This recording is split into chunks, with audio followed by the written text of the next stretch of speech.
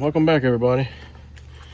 Got a trailer here today, and it's got a funny wear pattern on the tires. It's really worn on the inside, not much on the outside. The tires are almost done, because if you can see, like, there's your, see that little mark right there? That's your depth gauge, that mark right there. So we're just about to the depth gauge. Plus the inside of the tire is worn down, and you start seeing some of the cord there. And the same thing on the other side. Basically all I'm going to do today is he wants me to rotate them, put this one here on that side and that one over on this side. And then I'm basically going to check everything out to make sure that the bearings are in good shape, that maybe they're causing the issue. One of the other things is, let's take a good look at this tag here and make sure that we are within our weight specs.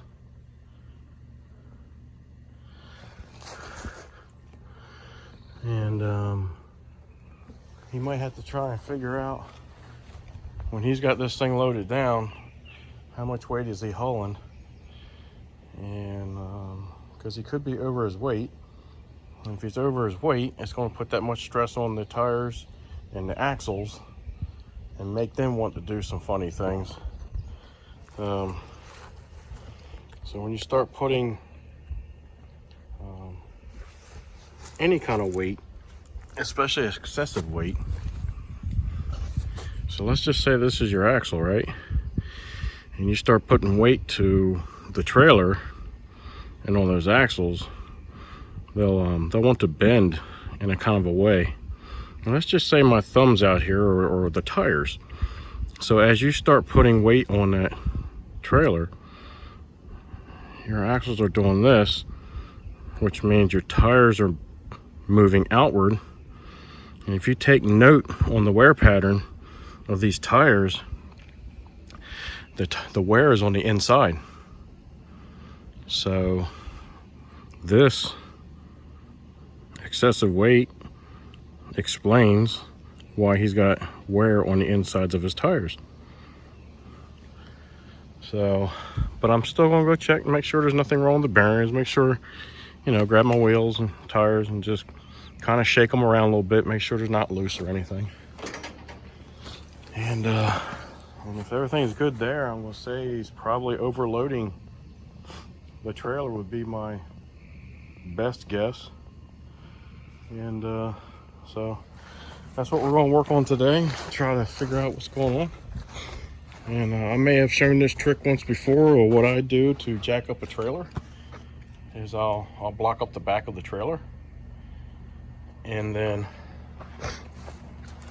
I will jack up the front of the trailer. And what that will do, it will raise my tires completely off the ground. So let me go ahead and finish cranking this up and get them tires off the ground, and then we can start looking at things, see what we can find out.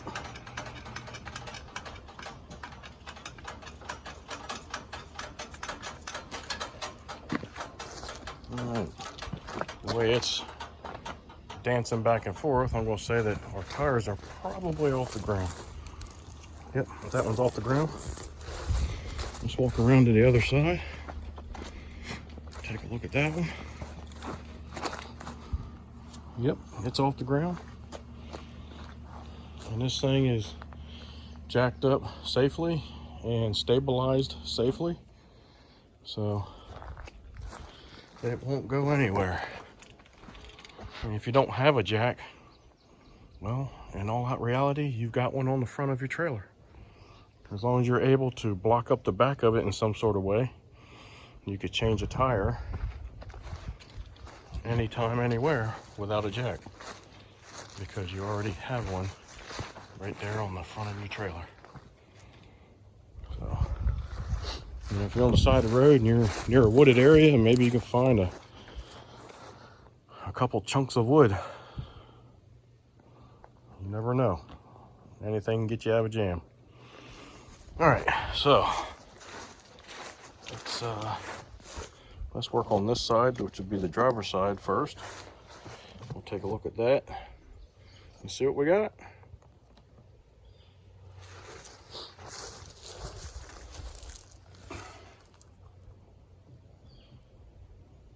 I got a tiny bit of play side to side, a bit more play from top to top. I'm going to say we have a bearing issue. Grab yourself something to lift with, anything, piece of pipe, whatever you got. Stick underneath the tire, put your hand on top. Yeah. I can feel that play, so I got play in every direction that I lifted in. So, on this side we have a bearing issue. I'm gonna say we've got the same thing on the other side. I don't think this trailer's all that old. Maybe 3 or 4 years old, maybe. It's a 22, so it's 2 years old. So a 2-year-old trailer losing bearings that quickly, that's also a sign of overloading. So he will, let's see, he puts a 0 turn on the front, a couple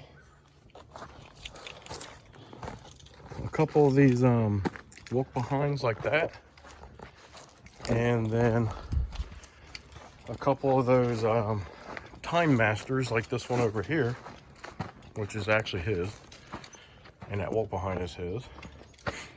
So you'll have a 0 turn, I believe 2 of the walk behinds and 2 of these time masters on this trailer. So I can imagine that we're coming up close on a couple thousand pounds there. So if not more. All right, let's do the same thing with this one. I already know I got the wear on the inside. It's not quite as bad as that one over there, but it's there. So I got the same wobble there, the same wobble there, and I'm sure I'm going to have the same play this way. Yep. So bearings are I've got some issues. A lot of your wheel bearings, your traditional wheel bearing, like your tapered wheel bearing, where you have to drive in a cone and then your wheel bearing on top of that, they need adjustments over time. You can't just let them go for life. Say every couple years or few years you should check them. If you got a tiny bit of play in there, you adjust your castle nut to compensate for that, and go for there. You should get a lot of life out of your wheel bearings. We are going to, we'll pull this side off here since we're here, and we'll get down to that bearing. A lot of your wheel bearings and your cone style type bearings have an indicator on the side of them. When that indicator is going, the bearing is pretty much done. Also, if the roller sits below the cage, or you see score marks on your cage, the bearing is also done. Hopefully that's not the case here. I know the beginning of this season, sometime in February I think it was, I had done a video on greasing all these his axles up on all his trailers. I think it was just 2 of them. So they seem to have grease in them then, and so I topped them off, because those are the, I think the name of the video was like something about bearing buddies. So we'll like I said, we'll get into this, we'll get it pulled off, and we will see what we can see on the inside, as much as we can anyway. All right, so as you can see, I got the wheel and tire off, and I've cleaned up around the bearing just using a brush and some spray solvent. And as we can see here, the nut's fairly loose. So what I plan on doing is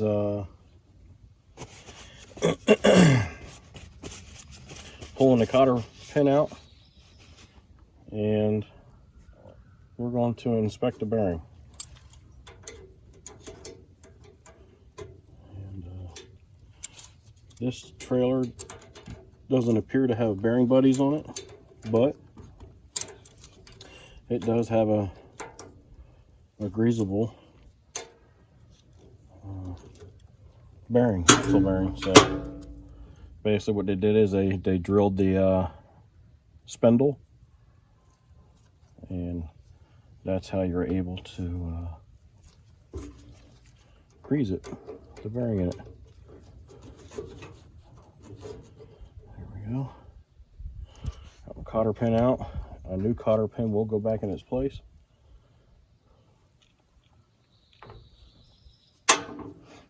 I'm going to back this nut out.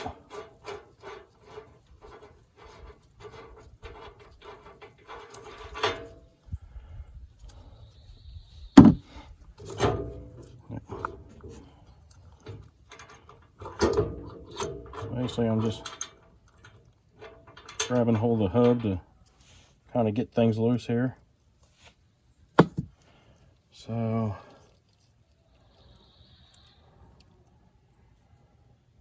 the bearings do sit proud of the cage, so the bearing isn't worn.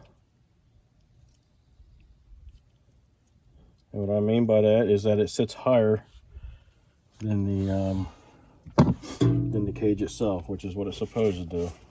All the little drum rollers is what I call them, sit higher than the cage. If they didn't, it would rub the cage, and you end up with a lot of fine metal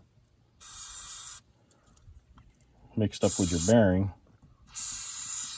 and that wouldn't be any good. That would also mean that your bearing is basically, it's done if it sits below your cage. But from what I can see, this bearing does not. This bearing should be in good shape still, but we're going to give it a good cleaning.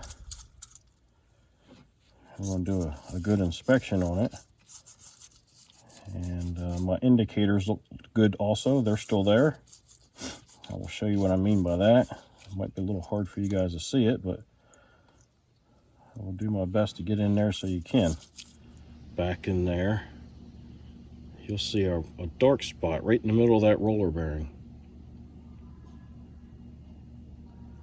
And that is an indicator basically for your side load. If you get lots of side load on one of these bearings, it puts a it starts to wear the side of that roller out. And when that when that little indicator goes away, you know you've had a lot of side load, and now your bearing is worn out pretty good on the side load version of it. I still will rotate the tires for them. Actually, I'm not sure what that's going to do for them, not just by moving the wheels around. But I'm still going to put that on the inside. And it's the bearings that are causing the issue. It's been a long time since I've done a wheel bearing. Kind of wipe things down a little bit. And see if we can't get him on his way. I don't see a whole lot of like metallic or anything like that in the bearings, or in the grease I mean.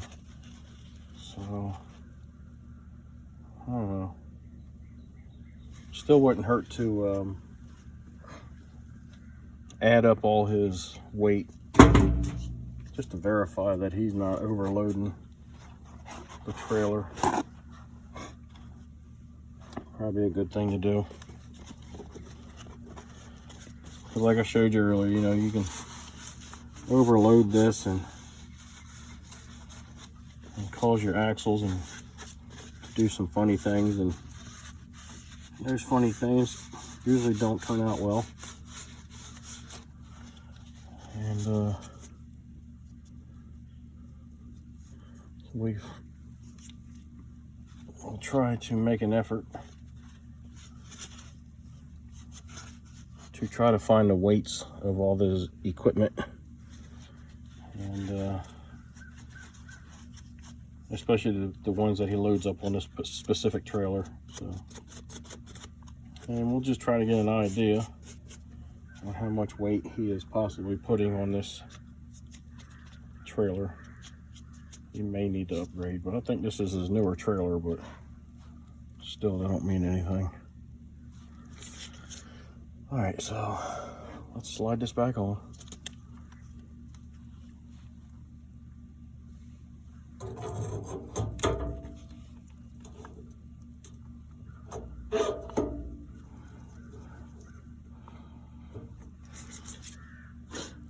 This bearing back in there.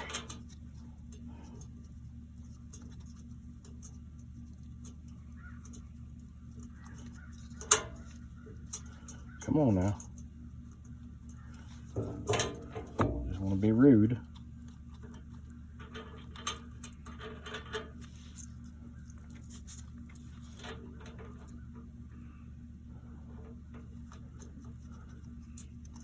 Come on.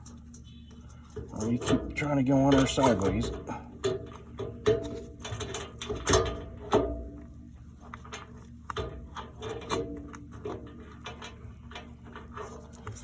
Alright, now you're just being right rude. Now you're just being right rude. Alright, it should be all the way back. Slide you on there. There you go. That's a good little bearing.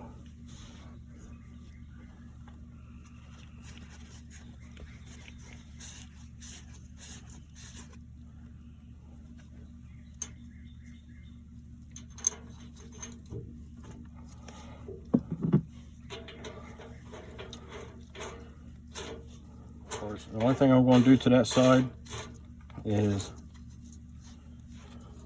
make some adjustments to the bearing, so there's not so much play in it. Let me go get my handy dandy box of cotter keys, or cotter pins I mean. Right. Oh, I'm trying not to kick you guys. Got you in here kind of tight. So we got some resistance there, so the nut's not loose. Shouldn't be any play in the hub. Go ahead and swing this around. Get it out of the way. Go ahead and nip that one off. We should be good to go.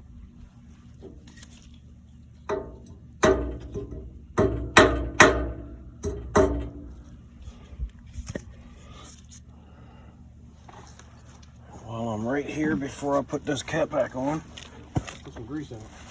Got some grease here.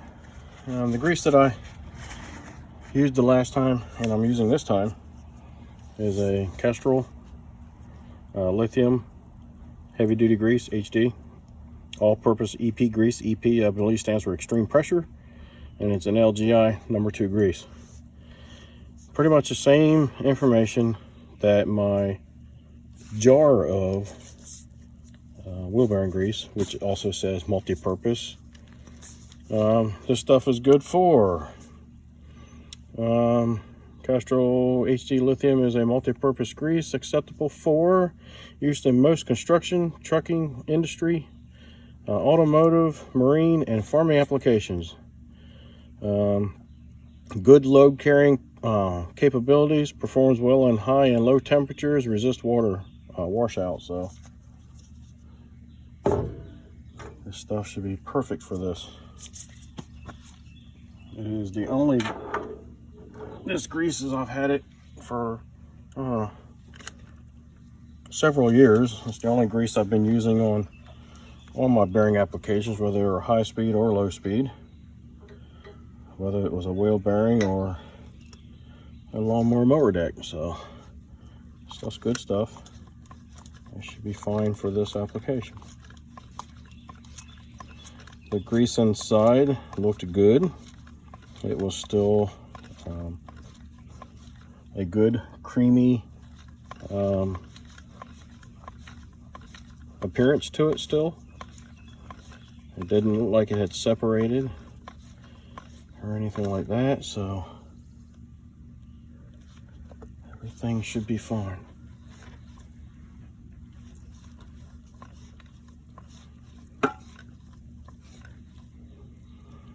Go ahead and give this a spin by hand.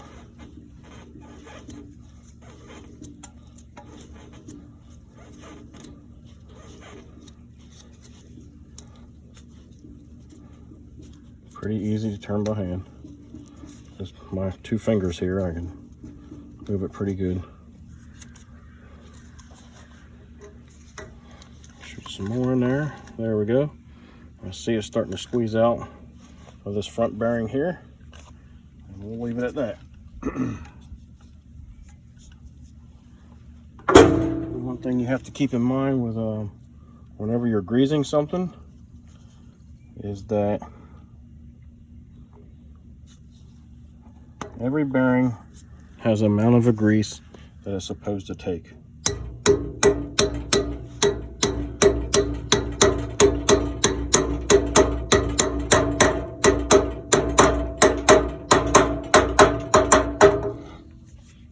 If you exceed that amount, it creates pressure. Pressure creates heat, and heat kills. So, it's kind of hard to do that with something like this. You got a seal in the back. It's a lip seal. It'll push past. And then you have this reservoir right here. So when you pull this rubber cap off, when you start seeing evidence of some grease coming through, you stop. You're not trying to jam this thing packed tight.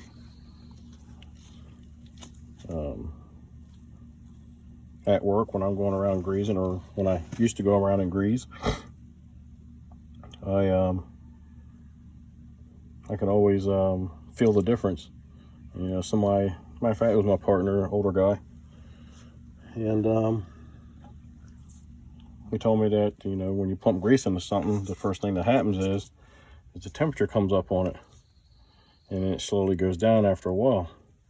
And he says that comes from the grease being pumped in, creating pressure. And it really happens kind of bad on a high-speed stuff like fans. So you always have to keep that in mind. So we got this side done. The only thing that I'm going to do to the other side, I'm going to pull this cap off. I'm going to make some adjustments to the castle nut to get that play out of there.